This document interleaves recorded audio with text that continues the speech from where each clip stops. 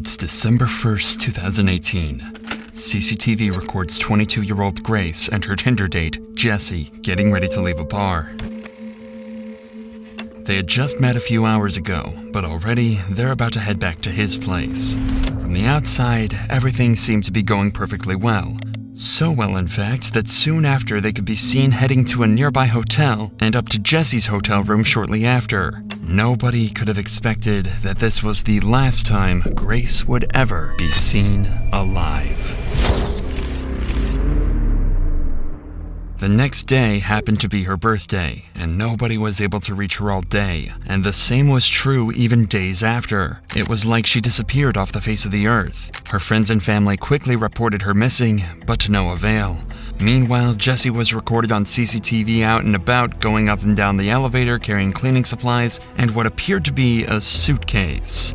A suitcase with contents that would shock everyone to the core. And what's even worse, the killer had another date lined up. And if the cops don't intervene and arrest him quickly, this girl, as well as countless others, could fall victim to this very same man.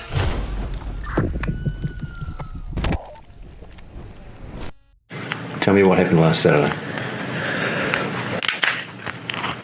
From the beginning? Yeah. At 5:37 p.m. on December 1st, 2018, Grace, who just finished a backpacking journey from England to New Zealand, leaves her hostel to meet Jesse. Meanwhile, Jesse is having pre-date drinks at a local bar, downing several beers before the date begins. In fact, as he leaves the bar, you can still see at least 4 empty bottles sitting on the table. They meet in a popular spot where there's plenty of people, making Grace feel safe while she meets her date for the first time. But this will be a false sense of security, as Jesse has no plans to try anything untoward in public. He's going to wait until they're alone.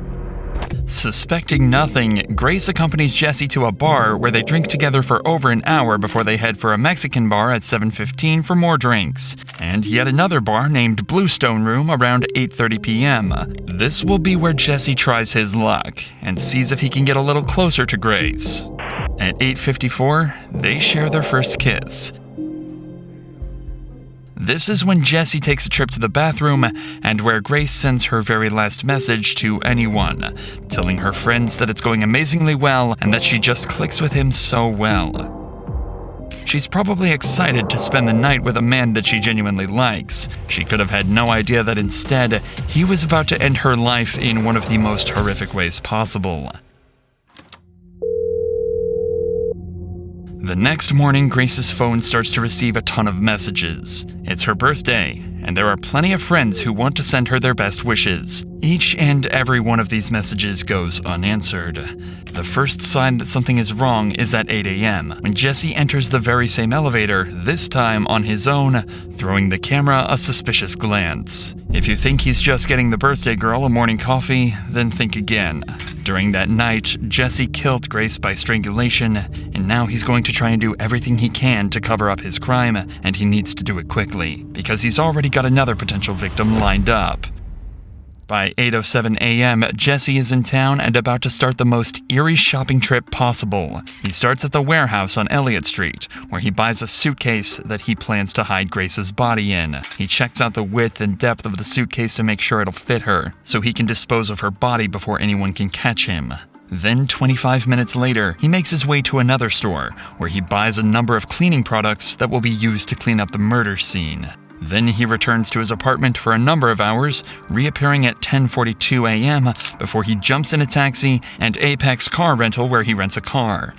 But it's what he does next that's truly shocking, and puts pressure on the cops to discover and solve his murder as quickly as possible. As Grace's body lies in the apartment, Jesse goes on a date with another girl he'd met on Tinder. Given that he has all the equipment ready to hide one body, it's speculated that he planned this to be his second victim of the day. As he arrives at the bar, Jesse is wearing exactly the same clothing that he wore the night before, possibly the same clothes that he wore when he killed Grace. We are not sure whether Kempson was as pushy in his initial messages to this girl, but what we do know is that the conversation he struck up with her during the date not only brought up some major red flags, it downright terrified her. Allegedly, he wanted to talk to her about where to hide a dead body from the police. Right away, the date is over, and this girl's instincts may have just saved her life. It's hard to imagine the horror that she would have felt when she learned the truth about the man she just walked away from, certain that he likely had the same fate lined up for her as he did with Grace. At 8:56 p.m., we can see Jesse carrying a piece of equipment back to his apartment. More precisely, it's a carpet cleaner, and he's going to try and use that carpet cleaner to try and remove any trace of Grace's presence at his apartment. He's even got 2 bottles of cleaner in his hand, making sure he's got enough to get the job done. 30 minutes later, and we're greeted with the product of all his hard work. He's about to try and hide the body. He reappears in the elevator with a trolley carrying several luggage bags, one of which is the suitcase that he'd bought earlier that morning. It's way too heavy to carry, as inside is Grace's dead body. Of course, he can't walk through the streets with this amount of baggage, which is exactly why he hired the rental car. Minutes later, he's loading the rental car with all of the baggage, ready to make the next move in his attempt to cover up this murder, hiding the body in a place he thinks no one will find it. The next morning at 7 a.m., Jesse buys a shovel and heads back to his apartment, where he collects some clothing to take to the dry cleaners, destroying more potential evidence of his crime. But he's not done there, as he stops off at a random trash can, tossing a large trash bag inside. Then Jesse takes his rental car for a deep clean, paying particular attention to the rear of the vehicle, where he had stashed the suitcase containing Grace's body. And with that, his work was done. For the next 2 days, Grace's family and friends go through turmoil. Nobody has heard from her, she hasn't posted on any social media, and she isn't answering either of her 2 phones. Her family report her missing to Auckland police on December 5th. Grace's father, David, even flies to Auckland and makes a heartfelt appeal for his daughter's safe return. Grace has been missing for several days, and as a family, we've been extremely concerned for her welfare. To anybody who has seen, spoken to, or come into contact with Grace, come forward and contact the investigation team. With so much media coverage at the time, Jessie likely saw her father's appeal, and yet the family's pleas went unanswered. But Auckland police are about to use various methods to track Grace's last movements and find their main suspect in her disappearance. They're able to find out she was on a date with a mystery man, and after poring over hours of surveillance footage, they find the last person she was with, and track him back to his apartment. At 3 p.m. on December 5th, the cops turn up at the City Life Hotel, but they almost miss their man, as he eyes them in the lobby when he approaches the front door. Jesse thinks if he casually strolls away, he won't be noticed. But these eagle-eyed cops don't miss a trick and quickly apprehend him before he can make an escape. At this point, the smartest thing for Jesse to do is to own up to his crime, maybe try to play it off as an accident, and face the consequences. But he's not going to do any such thing. In the interrogation room, he plans to lie his way out of this, but he's completely unaware that the cops have already seen every move from the night of the murder and have about as much evidence as they could possibly ask for. At the start of the interview, he has no reason to lie, as he's just recalling the events before the murder. Tell us about Grace. So I was talking to Grace on Tinder. Yeah. We'd matched on Friday. I saw that we'd matched the next day on Saturday. And then we met at Sky City. And then we decided that we were going up to Andy's Burger Bar, which is on the first floor. Not long into this interview, Jesse becomes entangled in his first lie, as he claims Grace was the one pushing for a date, when we already know he was the one trying hard to meet Grace in their initial messages. Whose idea was it to go to that particular burger place? Me. Because I didn't initially know that she was real. What do you mean? Well, there's a lot of... So have you heard of catfish? No. So catfishing is where someone uses your profile, or uses your photos and pretends to be you and then meets, and you're a completely different person. Right. And it's on Tinder, it's all about the way you look. And so if they use more endearing photos, you're more likely to swipe for them. Okay. Yeah. How does meeting in a public place sort of protect you from meeting someone who's not as good looking as... Well, there's security there. So if she wasn't who she said she was, Yeah. at least in my mind, I'd feel safe. When Jesse is confronted with evidence from surveillance cameras, he continues to lie, digging a hole for himself that he's going to struggle to escape from. No. I go down Victoria Street, straight down to the bottom, and then hang a left, and I head towards the viaduct. You go to the viaduct a bit? Yeah. Yeah. Yep. You've kind of walked in a bit of a funny direction if you were planning to go to the viaduct.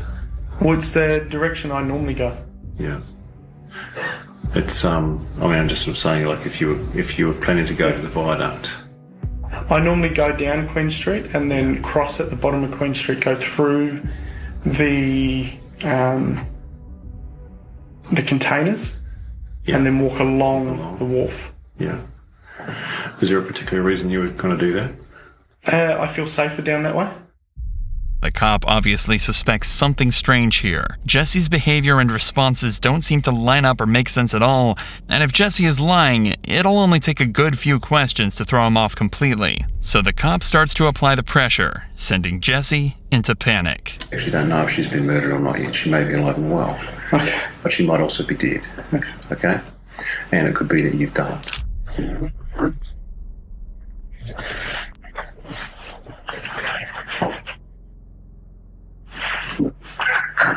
Hey, I just want to ask a question. Am I being arrested for something I didn't do? You haven't been arrested, mate. Oh. No. Oh. Holy. He's not being arrested just yet, but Auckland police are convinced Jesse is either behind Grace's disappearance or is at least involved. And the more they investigate this case, the more evidence they find to suggest Jesse is the one responsible. It's not just the surveillance footage that helps solve this case. Remember the new suitcase and cleaning products Jesse bought the morning after? Well, believe it or not, they were all bought on Grace's credit card, as well as an extra night's stay at the City Life Hotel. In fact, it's very possible he paid for his second date on Grace's credit card. An extra day at the hotel should give Jesse time to clean up the mess, but it's going to take more than a carpet cleaner to get rid of the evidence. When police search his apartment, they find traces of Grace's blood. The credit card payments, the witness testimony, cell phone locations placing Grace and Jesse together, and the staggering detail found in the surveillance footage backed their suspect into a corner, and in his second interview on December 7th, they left Jesse no choice but to confess. A confession that would soon lead into one of the most interesting but troubling defenses ever used in court. Started talking to me about 50 Shades of Grey, which is a sex fantasy movie that's out. We started having sex. At first it was just normal. It was very placid. And then she asked me if we could get into bondage. And then all I remember is falling asleep in the shower. I need to stop. I need to go. Would you like some fresh air? Yeah, please. I was in shock and I didn't know what to do. I went downstairs and I was just, I don't know, I was all over the place. I didn't believe what had happened. I was just terrified and scared. I thought that she had gone. I thought she had left. Pathologist, specialist doctor will perform a post-mortem. Yeah. They're very skilled at establishing people's causes of death. Do you understand that? I went to the warehouse at the atrium and bought a suitcase.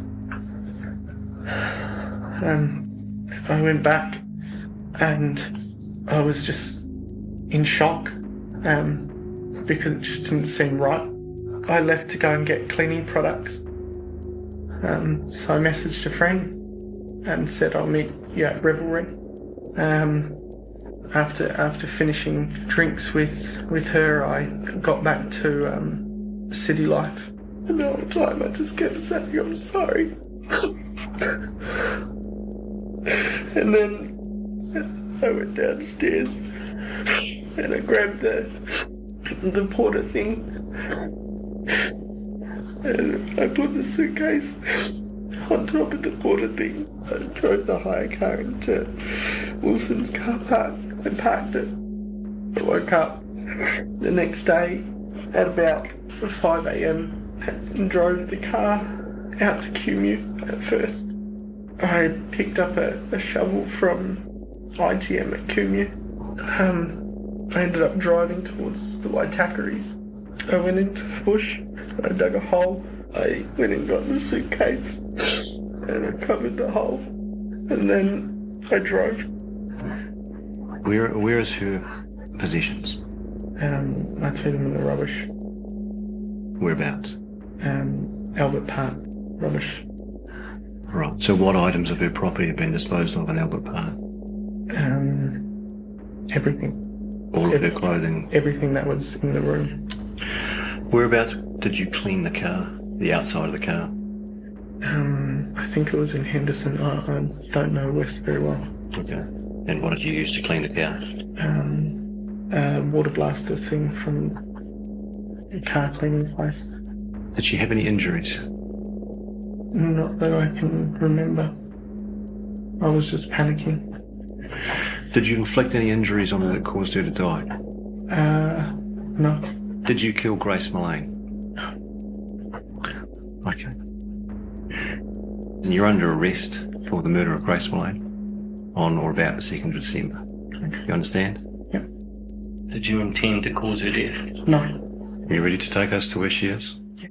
The media called it the 50 Shades of Grey defense. The idea is that someone may consent to being harmed during intimacy knowing the dangers involved. If they made no indication to stop, then it would be seen as an accident, and the person responsible shouldn't face a murder charge. But this defense has always been seen as more of a scapegoat, used by lawyers to try and get their defendant off with a lighter sentence, which in this case would be manslaughter. This doesn't change what happened after Grace's death, and the disturbing series of events uncovered during the investigation. From December 1st, the day before the date, all the way to December 7th, cops found Google searches made by Jesse looking for a place to hide the body. He'd also taken photos of Grace's body before and after he packed her into the suitcase. They found Grace's body on December 9th, 2018 in the Waitakere Ranges just outside of Auckland. It was determined that she was strangled and had bruises on her arms and chest consistent with being pinned down. In New Zealand, there's no such thing as first-degree or second-degree murder.